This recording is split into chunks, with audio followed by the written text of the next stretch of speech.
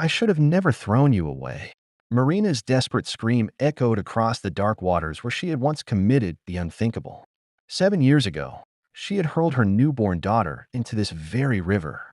The baby was born blind, skeletal thin, and grotesquely deformed. Marina called her a demon, something that should never breathe among humans. Now, karma had come full circle. Her husband Rodrigo had turned cold, blaming her for their childless marriage. The villagers whispered cruel words behind her back, calling her barren and cursed. Her mother-in-law was already planning to bring another woman into their home. Marina would be cast out like garbage. Broken and desperate, she returned to the river that held her darkest secret. Every single day, she knelt by the water's edge, sobbing uncontrollably. Her tears mixed with the flowing current as she begged for forgiveness.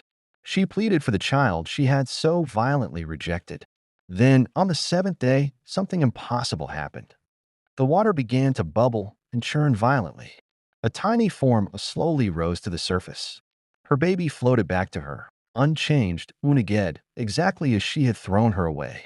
Still blind. Still impossibly thin. But this time, something was terrifyingly wrong. Marina thought she was witnessing a divine miracle. She had no idea the river had transformed her child into something else entirely. Something that would soon bring unimaginable horror to her doorstep. The labor room erupted in screams of pure terror. When baby Celeste emerged from Marina's womb, everyone present froze in absolute shock. It was as if Satan himself had used Marina's body as his personal breeding ground for 9 months. The infant's appearance was beyond horrifying. Where eyes should have been, there was only smooth, blank flesh, no sockets, no openings. Her legs stretched unnaturally long like twisted broomsticks. Her skin had a sickly, otherworldly pallor that made everyone's stomach turn. And worst of all, she was a girl. Marina turned her face away in disgust and shame. This was not the miracle she had prayed for. "What will the villagers say about this abomination?" she whispered to herself. "What will Rodrigo call me when he sees this thing?" Fear and revulsion consumed her thoughts completely. That night, after the village nurse had fallen asleep, Marina made her choice. She crept out through the hospital's back door, clutching the baby tightly against her chest. Under the cold, merciless moonlight, she walked weakly toward the river.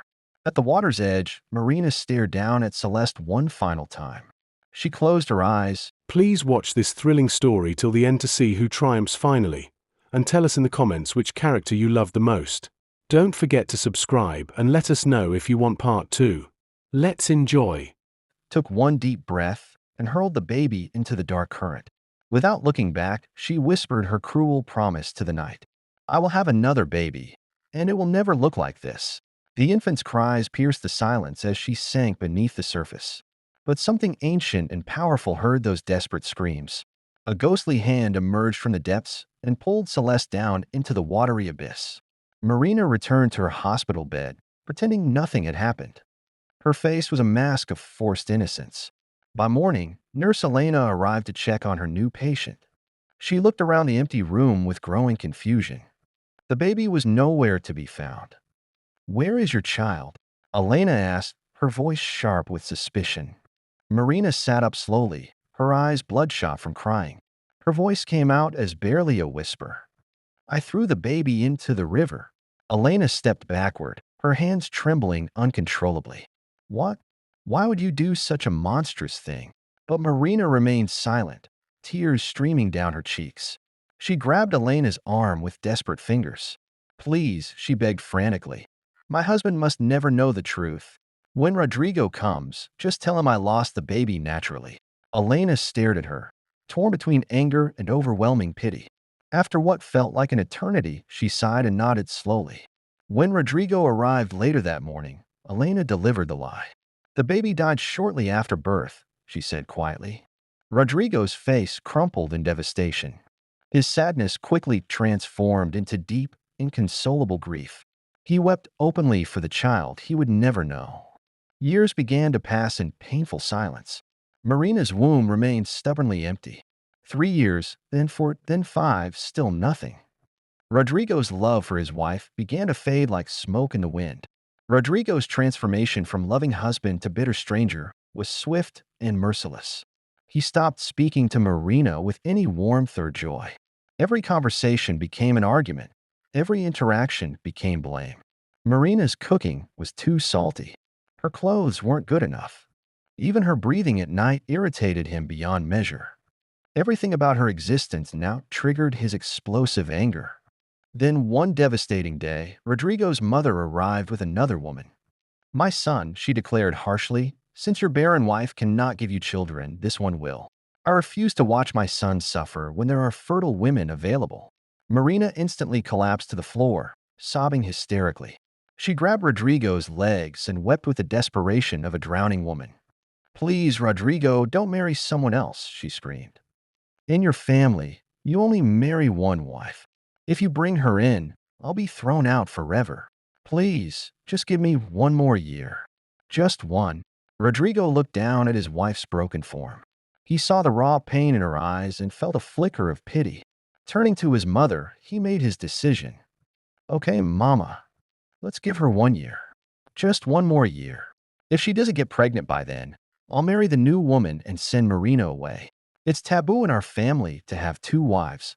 His mother, though clearly unhappy, nodded and left with her chosen replacement. Months crawled by like wounded animals. The deadline approached with terrifying speed. Marina would stand before their bedroom calendar, tears streaming down her face. She stared at the few remaining months she had left in Rodrigo's house. Time was running out, and her womb remained empty. Desperation was about to drive her back to the river where her nightmare had begun. That fateful night, Marina returned to the cursed river where her nightmare had begun. She collapsed to her knees on the muddy bank, her voice cracking with desperation. "River spirit, I know you can hear my pain," she screamed into the darkness. "Please, if I can't have another child, bring back the one I threw into your depths. I want my baby back. I'm begging you with my soul." She cried until her throat was raw and her eyes burned. Though she expected nothing but silence, something deep inside urged her to keep trying. Maybe, just maybe, a miracle could still happen. The first night brought only emptiness and echoing sobs. She returned the second day, pouring her heart out to the unforgiving waters. On the third night, something absolutely terrifying occurred. The river began to move and bubble violently. The water stirred like a living creature awakening from eternal slumber. Suddenly, the surface broke open with explosive force. A figure that looked like a spirit rose slowly from the water's edge. But this was no ordinary spirit. This was the ancient river mermaid. Marina's mouth fell open in shock. Her hands shook uncontrollably as her heart nearly stopped beating. The mermaid's eyes glowed with supernatural power. Her voice was eerily calm but razor sharp. "You threw your baby away with your own hands," she declared coldly. "The child is gone forever, consumed by my domain. You forgot that a child is a child, no matter their appearance. Through that rejected soul, something greater could have emerged. But now the river has claimed your baby's essence." Marina fell to her knees, her voice breaking with pure anguish. "Please, please give me back my baby." Marina sobbed desperately. The mermaid stared at her with eyes like frozen daggers. After what felt like an eternity of judgment, she finally spoke. "Your baby is dead, but I possess her blood within my realm. If you're prepared to drink this blood and follow my sacred warning, you will conceive." Marina shouted without hesitation, "Yes, I'm ready for anything." The mermaid lifted a small, ancient calabash from the depths. "If you drink this blood, within months you will carry twins. One will look far worse than the child you murdered. The other will appear completely normal." The mermaid's voice became dangerously firm, almost threatening. "But be warned, the deformed child must never suffer under your care. You and your husband must pamper her like royalty, no matter what she does. You must never strike her, even if she commits unspeakable acts. Even if she offends you or destroys everything you hold dear. You and your husband must always apologize to her instead. You must protect her with your very life. You must treat her like an untouchable queen.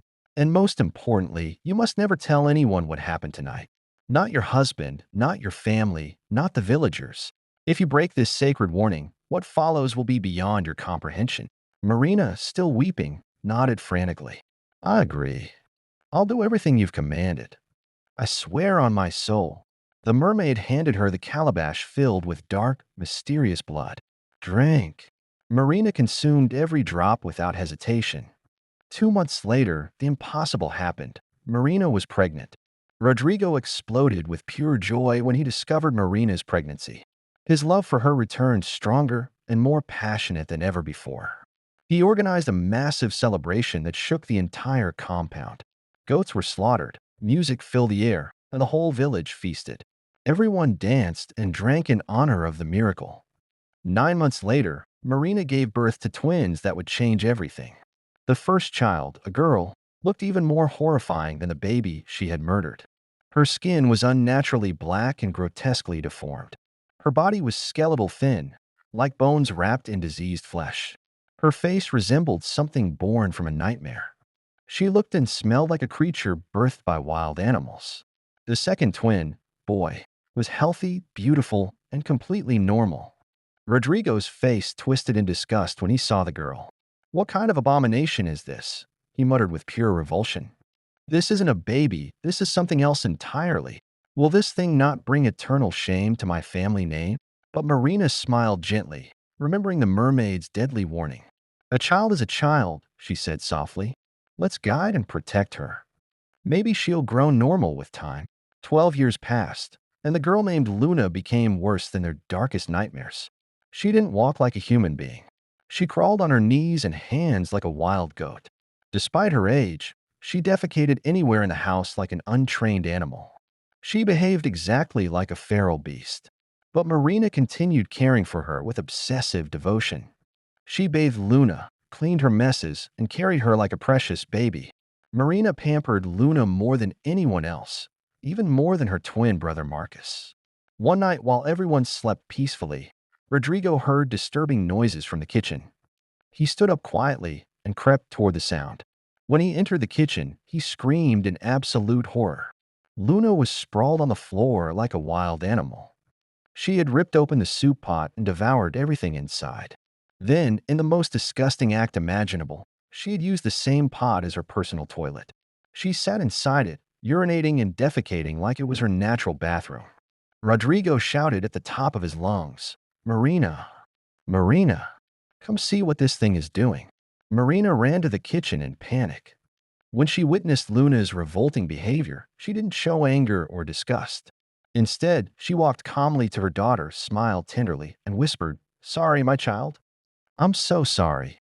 She lifted Luna gently in her arms, cleaned her up completely, and patted her like a beloved baby. Rodrigo stood frozen with his mouth hanging open in shock. From that horrifying night forward, his hatred for Luna deepened into something poisonous. He began avoiding her like she carried a deadly plague. He refused to let her come anywhere near his presence. He couldn't even bear hearing her name spoken aloud. Only Marcus was allowed to attend school and live normally. Marina refused to let Luna go to school, fearing other children would mock her. Worse yet, she feared a teacher might strike Luna, and that could never happen. So Marina homeschooled her daughter in secret, treating her like fragile treasure. Rodrigo could no longer tolerate the shame Luna brought to his family. The villagers whispered behind his back, "That's the man whose daughter crawls like a goat." Whenever Rodrigo ventured into the village, he only brought Marcus. Luna was never allowed to follow them anywhere. The mermaid's curse was slowly destroying their family from within. One night, Rodrigo woke Marina with murder in his eyes. "Can't we just kill this girl or hide her forever?" he whispered with deadly intent. "She's bringing nothing but disgrace to my entire family name." Marina was shocked by the venom in her husband's voice. "No, please, I beg you. Let's just leave her alone. She is your child." Rodrigo's face twisted with rage and frustration. He was clearly unhappy with his wife's protective response. The tension in their home was about to explode into catastrophe. One fateful day, when Rodrigo had gone to work and Marcus was at school, Marina left for the market. Luna was left completely alone in the house. She crawled into Rodrigo's private room like a destructive hurricane. There, behaving exactly like a wild goat, she chewed and destroyed all his important documents. House papers, car certificates, work files. Everything was systematically demolished. She scattered the entire house like a child having the world's worst tantrum. By the time she finished, their home looked like a war zone. That day, Rodrigo was the first to return home. When he saw the complete destruction, his heart burned with uncontrollable rage. His life's work lay in chewed pieces scattered across the floor. This time, Marina wasn't there to protect her precious daughter. "You've done it for the last time," he shouted, shaking with fury. "Today I'll show you I'm not a father who tolerates this madness. Your mother who always shields you isn't here now." In his explosive anger, Rodrigo ripped off his leather belt. He raised it high and flogged Luna again and again and again. He beat her until his own hands were exhausted and his breathing was heavy. Luna's cries echoed through the entire compound. Everyone in the neighborhood could hear her agonizing screams. The sacred pact had just been shattered forever. When Marina returned and saw the welts covering Luna's body, she screamed like a woman possessed. Her voice filled the entire street with pure terror. "You've killed me," she shouted, her eyes wild with supernatural fear. "Why did you beat her?" Rodrigo barked back with no remorse. "She destroyed everything. She scattered the house and ate my papers. You should never have touched her." Marina cried, falling to her knees. She wept loudly, not like a mother defending her daughter, but like a woman who had just received her death sentence. Marina knew exactly what she had done. She had broken the mermaid's sacred warning, and now doom was coming for them all. That night, Marina couldn't sleep a single second. She sat up staring into the darkness, her entire body shaking uncontrollably. The mermaid's voice repeated over and over in her tortured mind. "If you break this warning, what will happen, you will never be able to explain." Eventually, exhaustion forced her into restless sleep. But when she woke up at midnight, Luna was gone. Marina checked every door. They were still locked from the inside. No one had opened anything, but Luna had vanished like smoke.